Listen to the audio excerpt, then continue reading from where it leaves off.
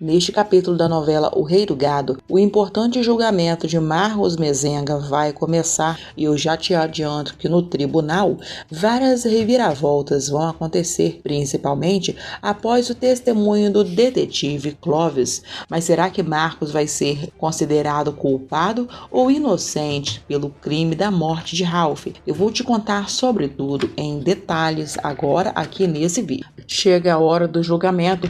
Marcos questiona o advogado: a gente vai entrar algemado, doutor? Não, vocês serão acompanhados por 2 policiais. O juiz entra para começar o julgamento de Marcos e Geraldino. Luana, Dimas e Júlia assistem em casa pela rádio cada passo do julgamento. O juiz inicia que façam entrar os réus. Marcos e Geraldino são conduzidos até a sala do julgamento. Marcos começa a dar o seu testemunho. O juiz é direto: embora o senhor não esteja obrigado a responder as perguntas que lhe forem formuladas, eu devo adverti-lo que o seu silêncio poderá ser interpretado em prejuízo de sua própria defesa. Qual o seu nome? Marcos Mezenga. Filiação: Bruno B.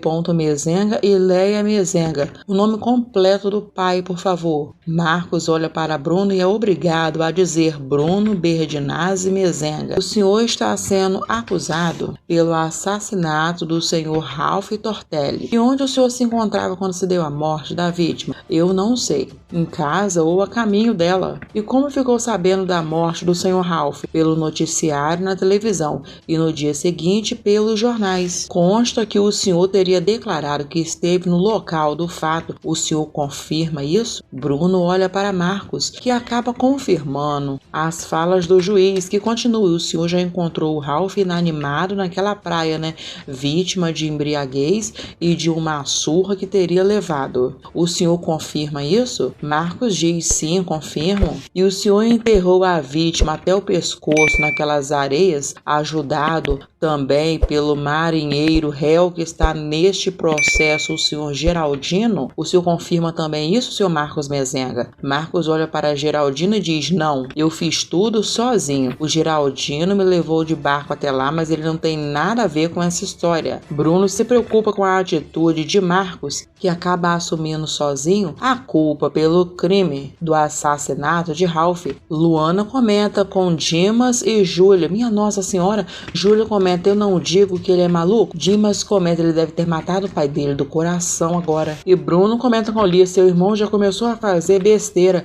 Ai, pai, isso é verdade. Um burburinho se forma no local. O juiz mais uma vez pede silêncio, silêncio. Consta nos autos que o senhor declarou no inquérito policial ter sido ajudado pelo marinheiro Geraldino a enterrar a vítima, mas eu desmento isso agora. Então o senhor confirma ter enterrado a vítima sozinho? Marcos olha para Geraldino e comenta: confirmo. E com que intenção o senhor enterrou a vítima naquelas areias? Eu não sei. Me deu uma coisa maluca naquele momento, naquele instante. O senhor não sabia que a maré subindo poderia alcançar a vítima, como de fato alcançou? Não, não fazia a menor ideia. E o senhor não conhecia o regime das marés? Não, aliás, nesse ponto eu sou completamente analfabeto. E o senhor conhecia a vítima? Marcos fica em silêncio. O juiz questiona novamente: o senhor conhecia a vítima? Com muita raiva, Marcos responde: conhecia sim. Ele era amante da minha mãe. Marcos olha para Bruno, preocupado com a reputação do pai. Lia também olha para o pai, muito preocupada. O senhor pressupôs que enterrar a vítima na praia resultaria na sua morte por afogamento? Não, se eu adivinhasse, eu teria enterrado ele mais para cima. Algumas pessoas no tribunal começam a rir. O juiz continua: o senhor já sofreu algum processo criminal? Nunca. E o senhor teria como provar a verdade das suas declarações? Marcos diz: eu não embebedei o safado, não bati e nem mandei bater. Quando eu cheguei naquela praia, ele estava mais morto do que vivo. E o senhor teria conhecimento de que pessoa ou de que pessoas poderiam ter embebedado e espancado a vítima antes do senhor encontrá-lo na praia? O meritíssimo, isso aí não está constando nos autos, não? O juiz comenta: Eu dou por encerrado o interrogatório do réu e Giraldino entra para ser interrogado pelo juiz. O juiz questiona o senhor como marinheiro que é habituado com a lida do mar, conhece muito bem o regime das marés. Conheço, sim senhor, afirma Giraldino. E o senhor não sabia que a maré subindo, o mar poderia chegar onde a vítima foi enterrada? Não me passou pela cabeça que naquele dia ia ter a maré mais alta do ano. E o senhor acha que o senhor Marcos Mezenga também não se deu conta disso? Mas ele não entende nada de maré. O réu Marcos Mezenga declarou ainda há pouco que o senhor só conduziu o barco e que não teve nada a ver com o ato de enterrar a vítima no local onde ela foi encontrada morta. O senhor confirma isso? Giraldino olha para Marcos. Percebendo a atitude nobre do rapaz, ele comenta essa pergunta e eu não vou lhe responder, doutor. O advogado respira aliviado. E mais uma testemunha é chamada para depor por parte da acusação. E quem é chamado ao local é o detetive Clóvis. Dimas, ouvindo pela rádio, comenta foi esse sujeito que deu um flagrante da dona Leia com o tal de Ralph e Júlia. Júlia comentou, cadê o Rafael? Luana comenta, no meu quarto vendo televisão. E o juiz questiona o detetive Clóvis, o senhor tem algum parentesco com qualquer uma das partes? Não, meritíssimo. E qual é a sua relação com qualquer uma delas? Bom, como detetive particular, eu prestei serviços ao senhor Bruno Mezenga há um tempo atrás. E esse tipo de serviço tem alguma relação com este caso? Eu não saberia dizer, meritíssimo, mas eu consegui provar a infidelidade da senhora Leia Mezenga com seu marido, inclusive em flagrante de adultério dela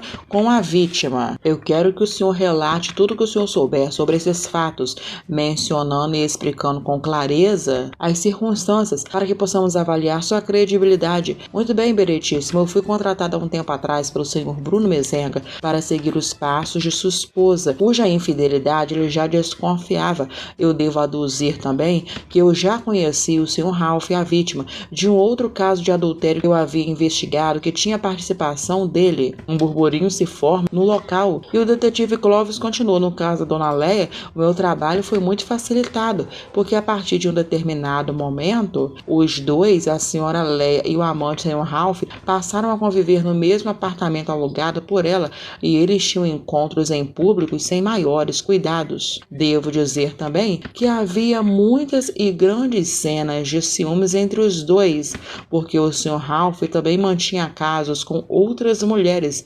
inclusive as chamadas mulheres de programa, senhor juiz. E nessas ocasiões dessas brigas, muitas vezes a senhora Leia Mezenga era espancada pela vítima e aconteceram várias ameaças de separação, de rompimento entre o casal, mas eles sempre acabavam se reconciliando até o momento que o senhor Ralph arranjou um outro caso mais sério com a senhora Suzane Maia. Aí, meritíssimo, os ânimos se acirraram de vez, mas quando a senhora Leia Mezenga e seu marido formalizaram a separação do casal e ela recebeu a parte dos bens que lhe cabia de direito, tudo parecia ter se acalmado entre os dois, a ponto deles terem se casado logo em seguida.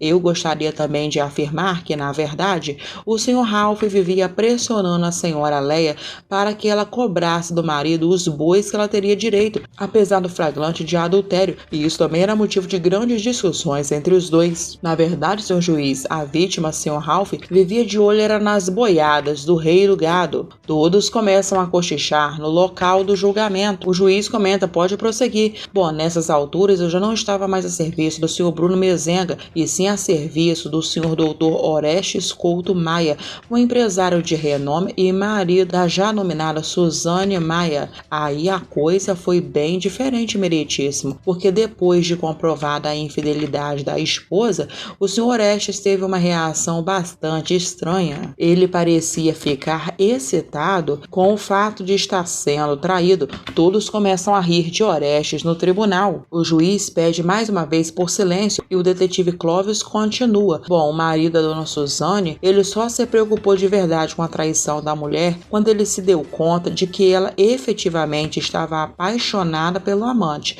no caso a vítima, o Sr. Ralph. Houve um momento em que ele tentou mesmo me propor que eu lhe contratasse alguém para dar cabo do Sr. Ralph, ou que eu mesmo fizesse o serviço pessoalmente. Naturalmente, excelência, eu não me prestei a esse serviço e em razão disso disso, ele dispensou o meu trabalho. E foi aí que começou tudo. Quando eu soube da notícia do aparecimento do corpo de um afogado naquela praia de uma forma tão estranha, eu liguei os pontos e concluí que poderia ser do Sr. Ralph. Aí, ato contínuo, eu me apresentei ao delegado Josimar, que foi a autoridade policial que conduziu muito bem esse inquérito, para ajudá-lo nas investigações. Mas por que o senhor achou que aquele corpo poderia ser o corpo da vítima? Bom, meritíssimo, é porque eu sabia que o Sr. Ralph tinha vindo para o Guarujá para se encontrar com a senhora Suzane no iate do marido dela, o Sr. Orestes, e logo em seguida ele havia desaparecido. E o senhor tem mais alguma coisa a acrescentar? Não, senhor meritíssimo, é só isso. A testemunha então está à disposição da promotoria. E Liliana chega na casa de Ribeirão de Bruno Mezenga e comenta: não estou mais aguentando ficar em casa, estou muito nervosa, vim ficar aqui com vocês. E o promotor de acusação questiona ao detetive Clovis o que levou o senhor a desconfiar que aquele corpo na praia fosse o corpo do Sr. Ralph Tortelli. Pelo fato do desaparecimento do Sr. Ralph e também pelas circunstâncias que o corpo foi encontrado, que se deu o afogamento. Ninguém se enterra sozinho daquele jeito na beira do mar para morrer afogado. E a testemunha poderia nos dizer o porquê da insistência em reconhecer o corpo da vítima, uma vez que ele já tinha sido enterrado como indigente? Bom, foi pelo meu espírito de policial e também porque eu jamais deixei uma investigação pela metade. O juiz comenta, então foi uma questão de brilho profissional, acredito eu, Exatamente. E o detetive teria condições de atribuir a alguém a culpa da autoria pelo crime, detetive Clovis? Clovis pensa um pouco e comenta: teria sim, meritíssimo. Ele olha para Marcos e comenta: o senhor Marcos Mezenga e também o marinheiro Geraldino confessaram ao delegado Josimar e na minha presença que foram eles que enterraram a vítima naquela praia. Mas eles sofreram algum tipo de constrangimento para declarar isso? Não houve qualquer tipo de coação. Eles confessaram de livre e espontânea vontade. E o juiz chama a defesa para interrogar o detetive Clovis. O advogado de defesa questiona o detetive Clovis: que métodos você utilizava para conseguir penetrar tão intimamente na privacidade das pessoas que você investigava? O advogado de acusação comenta: protesto meritíssimo, a testemunha não está em julgamento nesse tribunal. O juiz comenta: mas a pergunta é pertinente, a testemunha pode responder. O detetive comenta: bom, os meus métodos de trabalho são segredos da minha profissão, Quer dizer então que a testemunha se recusa a responder. Então podemos concluir com base no seu próprio depoimento que você colocava escuta nos apartamentos e grampeava telefones. Protesto meritíssimo. E insisto em dizer que a testemunha e seus métodos de trabalho não estão em julgamento nesse tribunal,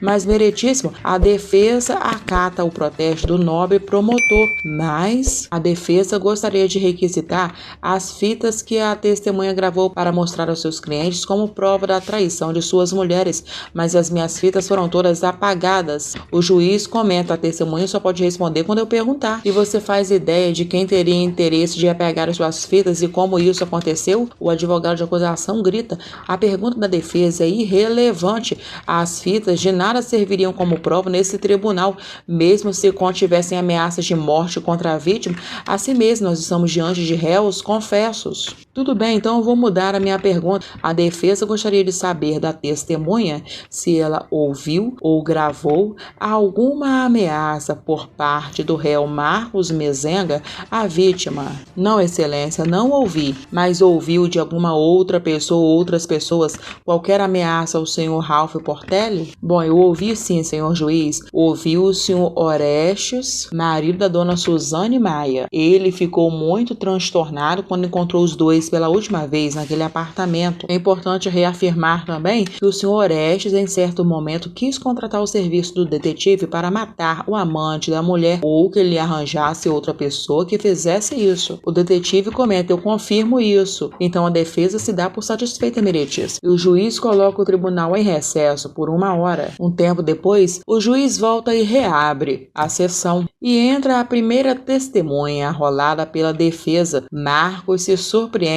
com essa testemunha. E para você continuar por dentro do julgamento de Marcos Mezenga e Geraldino, eu peço que você já deixe um like aqui nesse vídeo, se inscreva no canal e ative o sininho. O vídeo ainda não acabou. Aí na tela eu tenho mais uma novidade, o Rei do Gado, para te contar. Clique para você poder assistir, tá bom? Fui!